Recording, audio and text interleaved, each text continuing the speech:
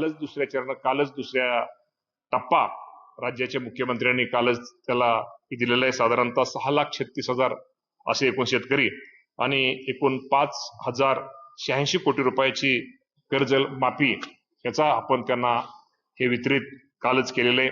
आणि राहिलेले उर्वरित शेतकऱ्यांच्या बाबतीमध्ये सुद्धा सांगतो की टप्प्याटप्प्याने आता ही आपल्याला कर्जमाफी ही सुरू झालेली आहे।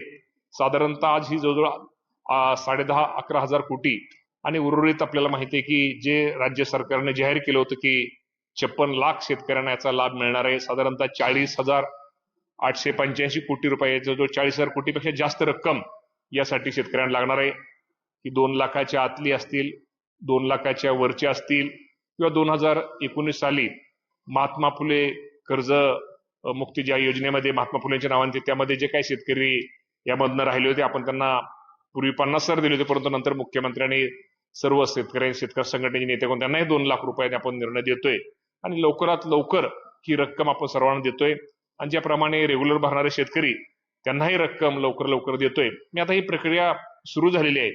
जे रक्कम आमचे शेतकरी ज्याची वाट पाहत होते ते निश्चित प्रकारे आम्ही करतोय